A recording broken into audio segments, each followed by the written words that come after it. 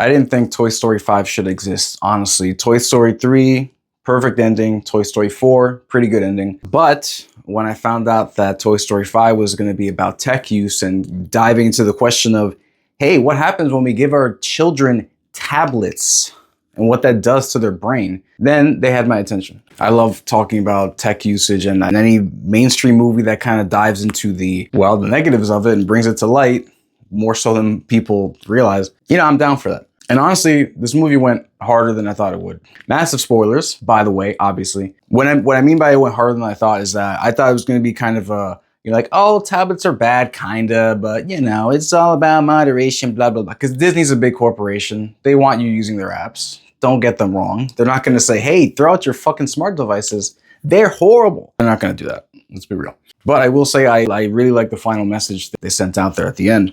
There were a lot of disturbing scenes of people in dark rooms using phones or tablets or anything like that. And what's disturbing about it is I've seen that shit in real life often, because I have a different kind of phone than most people do. I have an e-paper phone, and let me tell you, I'm not really scrolling on this shit.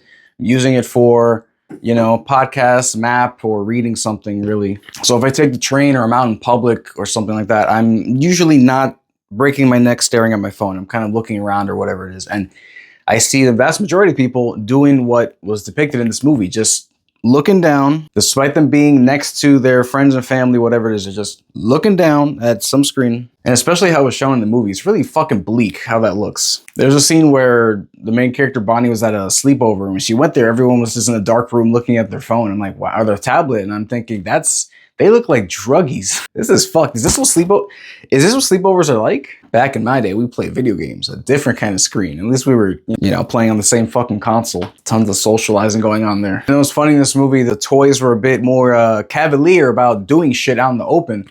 And the justification for this was probably writing didn't fucking care about the humans. But in some scenes, they did show a human just on their phone. I'm like, you know what? Fair enough. Most people aren't going to notice whatever's going on here because they're looking down at their phone. True. This movie touched on cyberbullying, which made me feel really fucking bad for children. Imagine being 8 years old or younger, being made fun of online because it's just easy to do. Instead of like 2 or 3 kids at the end of the row of lockers just saying some shit about you, it's just available to everyone. You're being bullied on a level that's fucking unprecedented. Now, in my opinion, cyberbullying isn't huge. Like, it's annoying, it's bad, but if you X out of the screen, the problem is basically solved. The only time when this is a real issue is when the people who are cyberbullying you are also people that you have to interact with in real life, because then that's the thing. But if you live in New York, someone's in Oklahoma saying, hey, you're a fucking loser, kill yourself. That doesn't matter.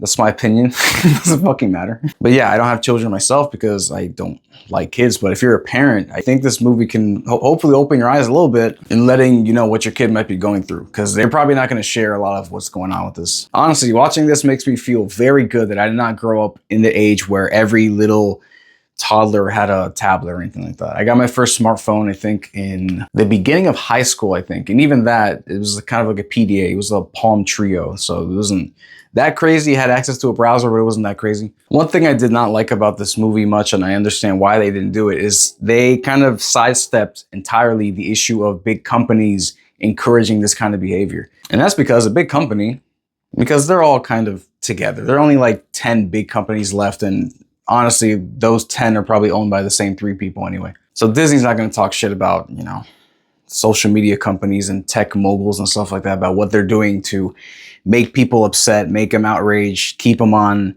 social media, keep them using tech, putting bad news in their face in every single app possible. It doesn't touch on that at all. Again, I know why. The company's not going to rat on themselves like that. But putting that to the side, I did ultimately agree with the message of the movie at the end, which is that tech is a tool. If you use it wisely, you'll be good. And they showed the same technology being used to cyberbully each other, ignoring each other while you're in each other's presence, replacing social interaction with a weird, stupid game. That's not great. However, if you use a tech to capture some memories via pictures, use a GPS to get to your friend's place, using chat technology to set up meetings with your friends, that stuff's cool as fuck. And I agree with that. Tech provides you a lot of cool stuff, but the way that it's used these days is not the case, and a lot of tech companies are to blame for that. You can imagine your phone only called, texted, had a GPS, had email, and that's kind of it. Like, you're not going to be stuck, oh, I'm looking up GPS spot, looking up all the restaurants in my town all day. I'm stuck scrolling. That's not going to happen, right? It's the other shit that makes tech horrible, and the notification science that they use to plug your brain with fake happiness so you keep, it's all that shit. Movie didn't touch on that, but again, beyond that, I think tech is cool if you use it wisely. It's just that a lot of companies make it very hard to use it wisely. Since I talked more about digital minimalism, that was the focus of this. I don't want to talk about the movie as a whole. That's a whole separate fucking video, which I'm probably not going to do. What I found really funny is that the second, like 4 seconds after the movie ended, there was a young woman next to me who immediately got out her phone and put it uncomfortably close to her face and started doing whatever. I'm thinking, did this movie not make you kind of want to hold off on that just for a minute? No? You can go straight to this 4 seconds after the credits start rolling? Really? You didn't see yourself in the movie at all?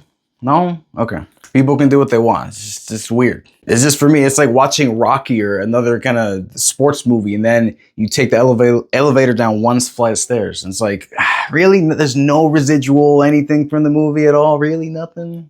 You're gonna do that? Really? But whatever. That's how she chose to use tech. I can't relate. Not anymore. Anyway, if you got kids or you give a shit about, tech usage, it has a good message by the end of it. Good shit, I recommend it. Also, Smarty Pants was the MVP of the movie. Subscribe, comment. Thanks for watching. I'll see you next time.